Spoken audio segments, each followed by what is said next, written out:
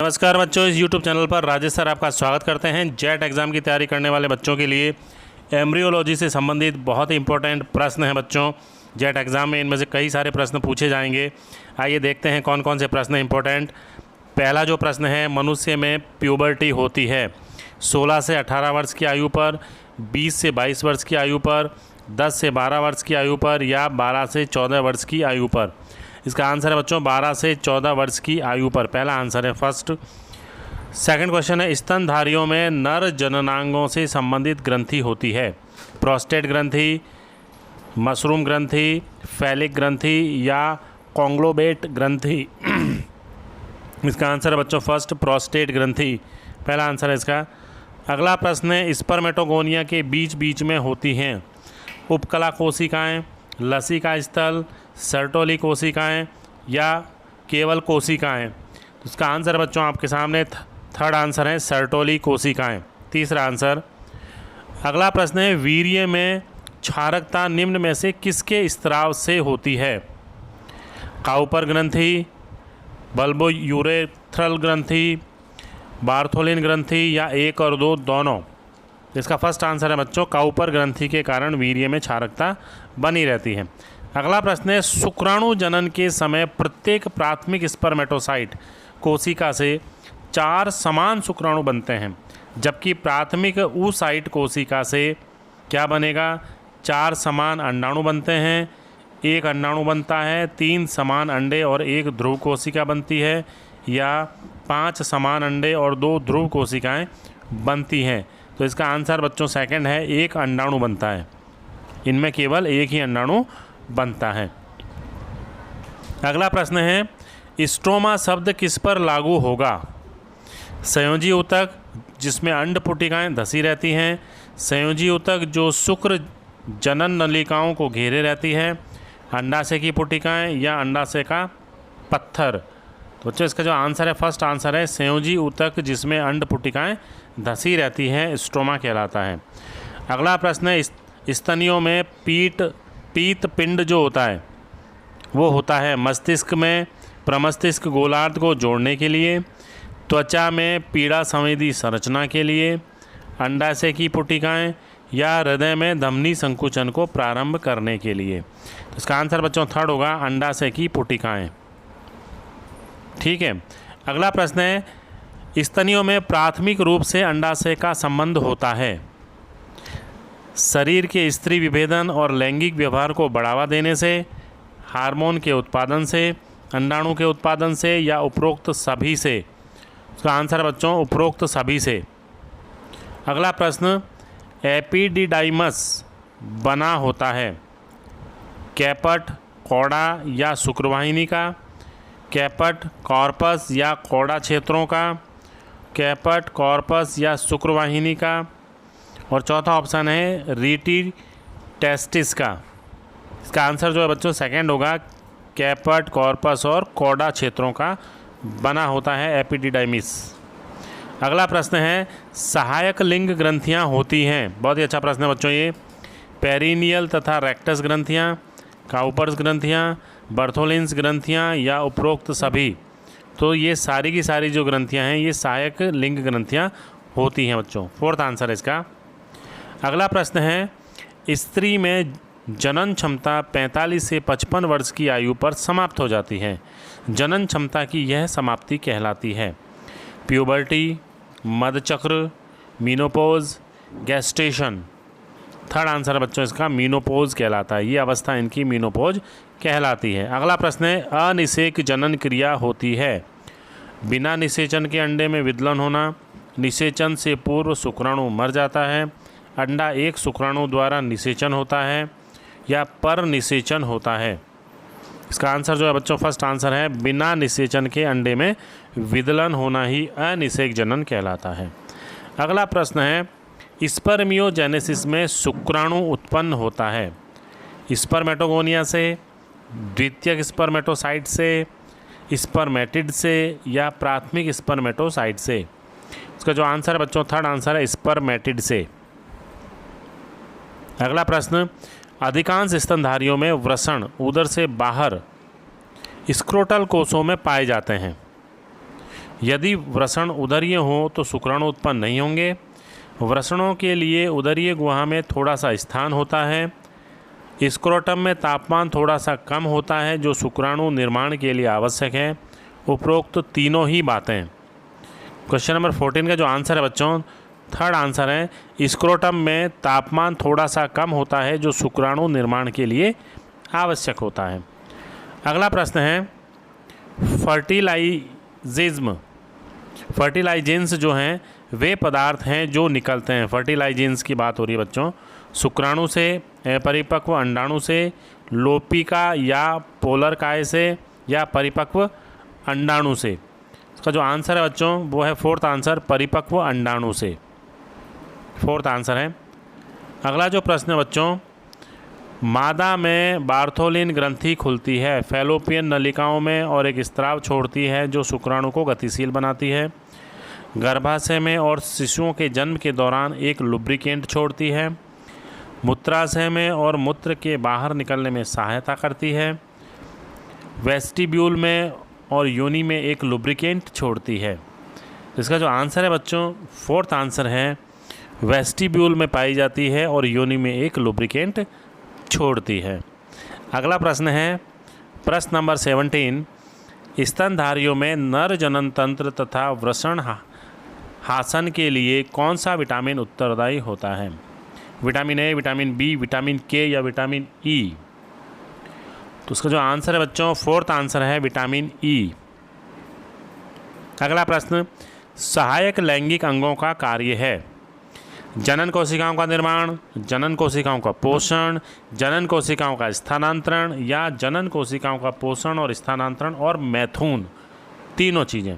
तो बच्चों fourth answer है बिल्कुल, सहायक लैंगिक अंगों का जो कार्य है जनन कोशिकाओं का पोषण, स्थानांतरण और मैथुन। अगला प्रश्न, कोरक पुटिका का निर्माण होता है प्लेटिपस में, बंदर व कंगारू में, बंदर में या कंगारू में? बहुत अच्छा प्रश्न है बच्चों, आंसर है बंदर में। कोरक पुटी जो होती है उसका निर्माण बंदर में होता है। अगला प्रश्न है, एस्ट्रोजन का स्त्रावण करती हैं पीयूष ग्रंथि, अंडाशय की जनन उपकला, ग्रेफियन पुटक की मेम्ब्रेन, ग्रेन्युलोसा या कार्पस ल्यूटियम?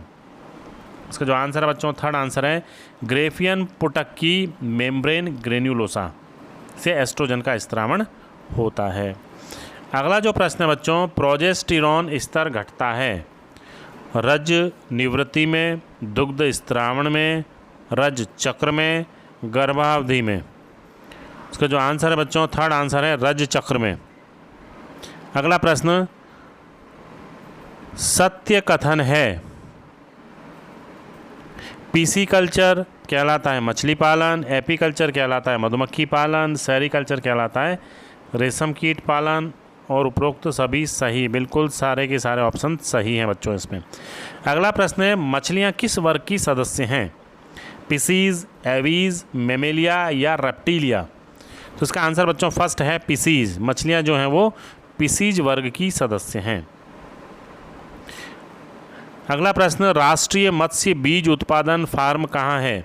रामगढ़ बांध जयपुर, जयसमंद उदयपुर, कासिमपुरा कोटा या रामसागर बांध धौलपुर?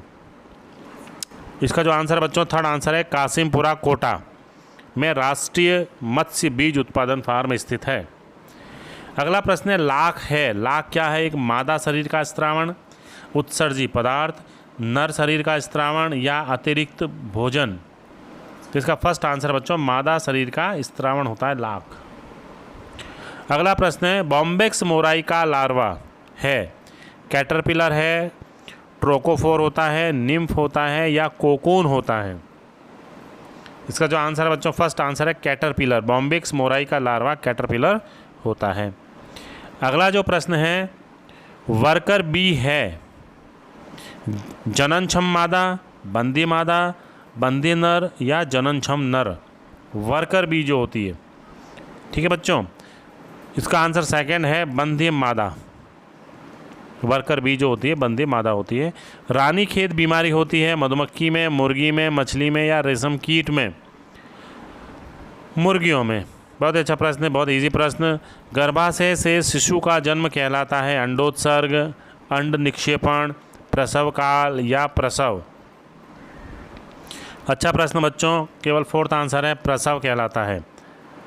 नेक्स्ट क्वेश्चन, मध्य यूरोप की गायक मंडली के लड़के हरम के नपुंसक और बैल में समानता है। नपुंसक जो थे उनमें और बैल में क्या समानता है? कास्ट्रेशन की, ओवेरोक्टेमी की, निष्ठा की या ऑटोटोमी की। इसका आंसर है बच्चों, फर्स्ट आंसर है कास्ट्रेशन की। कास्ट्रेशन उनमें पाया जाता है। अगला प्रश्न, निषेचन के कितने समय बाद गर्भाशय में भ्रूण का आरोपण होता है? 4 दिन बाद, 6 दिन बाद, 9 दिन बाद या 12 दिन बाद? इसका आंसर है सेकंड बच्चों, 6 दिन बाद। निषेचन के 6 दिन बाद ही गर्भाशय में भ्रूण का आरोपण हो जाता है। अगला प्रश्न है, ग्रेफियन पुटक का फटना और अंडाणु का मुक्त होना कहलाता है? संयुग्मन, कास्ट्रेशन, क्रोटोर्किड या अंडोत्सर्ग? तो बच्चों 4th आंसर है इसका, अंडोत्सर्ग कहलाता है। इसे कहते हैं अंडोत्सर्ग, है ना। अगला प्रश्न है, वीर्य में क्षारकता का कारण है? बार्थोलिन ग्रंथि, काउपर ग्रंथि, पेरिनियल ग्रंथि या उपरोक्त सभी? सेकंड आंसर, काउपर ग्रंथि जो है वो वीर्य में क्षारकता के लिए उत्तरदायी होती है। अगला प्रश्न है, अंडोत्सर्ग के बाद ग्रेफियन पुटक द्वारा निर्मित अंतःस्रावी संरचना होती है? Corpus albicans, corpus luteum, corpus callosum या कार्पस कैवर्नोसम? इसका जो आंसर है बच्चों, सेकंड आंसर है कार्पस ल्यूटियम। अगला प्रश्न, अंडजता पाई जाती है व्हेल में, चमगादड़ में, पेंगुइन में या ऑटर में? ये जंतु हैं बच्चों चारों की चारों, तो इसका आंसर है पेंगुइन में अंडजता पाई जाती है, यानी अंडे देते हैं ये। अगला प्रश्न है, मादा का क्लाइटोरिस है? पेनिस का समजात अंग, मादा का क्रियाशील शिशन, नर का अक्रिय शिशन या उपरोक्त में से कोई नहीं?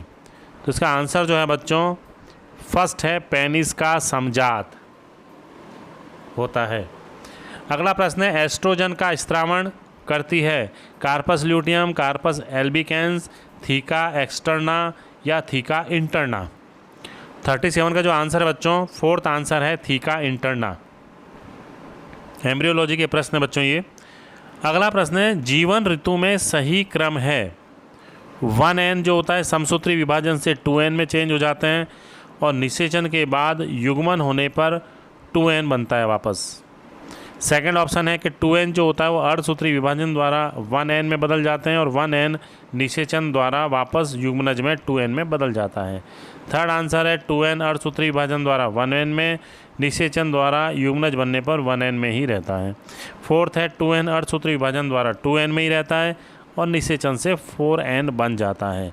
तो बच्चों इसमें जो ऑप्शन है वो सेकंड बिल्कुल सही ऑप्शन है कि 2n जब कोशिकाएं होती हैं अर्धसूत्री विभाजन से 1n कोशिका में चेंज हो जाती है, यानी आधी हो जाती हैं। अर्धसूत्री का मतलब आधा होना, और निषेचन जब होता है तो ऐसी ही दूसरी कोशिका मिल करके डबल हो जाती हैं, यानी युग्मनज में 2n वापस बन जाता है। तो second option is correct option. अगला प्रश्न है बच्चों, स्पर्मेटोगोनिया के बीच पाई जाती है लैडिंग कोशिकाएँ, सर्टोली कोशिकाएं, एपिथीलियल कोशिकाएं या अंतराली कोशिकाएं? सेकंड आंसर है बच्चों इसका सर्टोली कोशिकाएं पाई जाती हैं स्पर्मेटोगोनिया के बीच में। अगला प्रश्न है, प्रसव के समय प्रसव पीड़ा का प्रेरक हार्मोन है? ऑक्सीटोसिन, प्रोजेस्टेरोन, एस्ट्रोजन या रिलैक्सिन? इसका आंसर बच्चों फर्स्ट ही है, ऑक्सीटोसिन जो है वो हार्मोन स्रावित होता है जो प्रसव पीड़ा का प्रेरक होता है। अगला प्रश्न, मनुष्य में औतिकी के आधार पर प्लेसेंटा होता है, कैसा होता है? Epithelio chorial placenta, hemochorial placenta, syndesmochorial placenta या हीमो एंडोथीलियो प्लेसेंटा?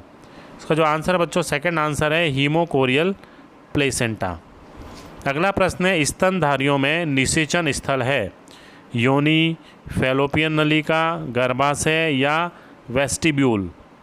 इसका आंसर बच्चों सेकंड आंसर है फैलोपियन नलिका, जहां पर निषेचन होता है। अगला प्रश्न है, बिना निषेचन के जनन की क्षमता पाई जाती है? खरगोश में, मकड़ी में, मधुमक्खी में या केंचुए में? थर्ड आंसर है बच्चों इसका मधुमक्खी में, बिना निषेचन के ही उनमें जनन क्षमता पाई जाती है। अगला प्रश्न है, प्रोस्टेटिक द्रव स्त्रावित होता है प्रोस्टेट ग्रंथियों से, बर्थोलिन ग्रंथियों से, पेरेनियल ग्रंथि से या उपरोक्त सभी?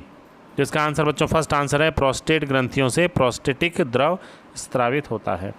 अगला प्रश्न है, शुक्राणुओं का पोषण और संग्रहण होता है वृषण में, अधिवृषण में, वासा इन्फेरेंसिया में या स्पर्मेटिड कॉर्ड में? 45 का आंसर बच्चों सेकंड है, अधिवृषण में, सेकंड आंसर। अगला प्रश्न, स्तनधारियों में वृषण को पहचाना जा सकता है स्पर्मेटोगोनिया से, स्पर्मेटोसाइट से, शुक्राणु से या सर्टोली कोशिका से? इसका आंसर बच्चों फोर्थ आंसर है, सर्टोली कोशिकाओं से स्तनधारियों के वृषण को पहचाना जा सकता है। अगला प्रश्न है, अधिकांश जंतुओं में लिंग निर्धारण होता है जन्म के समय, निषेचन के समय, निषेचन के बाद या किसी भी अवस्था में? तो उसका आंसर बच्चों सेकंड है, निषेचन के समय ही जंतुओं में लिंग का निर्धारण हो जाता है। अगला प्रश्न है, कभी कभी वृषण कोषों में स्थानांतरित नहीं हो पाते, इस अवस्था को कहते हैं? क्रिप्टोकॉर्किडिज्म, कैस्ट्रेशन, वैसेक्टोमी या इनमें से कोई नहीं? तो बच्चों इसका फर्स्ट आंसर है क्रिप्टोर्किडिज्म, ठीक है ना, इसको कहते हैं क्रिप्टोर्किडिज्म। इसका मतलब ये हुआ कि वृषण कोषों में कभी कभी स्थानांतरित नहीं हो पाते। अगला प्रश्न बच्चों, लैडिंग कोशिकाएं पाई जाती हैं अंडाशय में, वृषण में, यकृत में या वृक्क में? इसका आंसर बच्चों सेकंड है, वृषण में। लैडिंग कोशिकाएं हमेशा वृषण में पाई जाती हैं। अगला प्रश्न, यदि कायिक कोशिकाओं में गुणसूत्रों की संख्या 40 है तो शुक्र जनन कोशिकाओं में गुणसूत्रों की संख्या होगी 10, 20, 40 या 20 और 40? तो इसका आंसर बच्चों फोर्थ होगा, 20 और 40, ठीक है। अगला प्रश्न, मुलेरियन नलिका है शुक्रवाहिनी, यूरिथ्रा, मूत्रवाहिनी या अंडवाहिनी? इसका आंसर बच्चों फोर्थ है, अंडवाहिनी की मुलेरियन नलिका होती है। अगला प्रश्न है, अंडोत्सर्ग के बाद ग्रेफियन पुटक द्वारा निर्मित संरचना है corpus luteum, corpus callosum, theca spongiosum और कार्पस स्ट्रेटा? 42 का बच्चों आंसर जो है वो है फर्स्ट आंसर, कार्पस ल्यूटियम, पहला आंसर है। अगला प्रश्न है, कार्पस ल्यूटियम पाया जाता है मस्तिष्क में, अंडाशय में, गर्भाशय में या नेत्र में? अंडाशय में पाया जाता है बच्चों, इजी प्रश्न है ये। कॉड लीवर ऑयल में कौन सा विटामिन होता है? विटामिन ए और Fe, विटामिन B12, विटामिन के, विटामिन सी?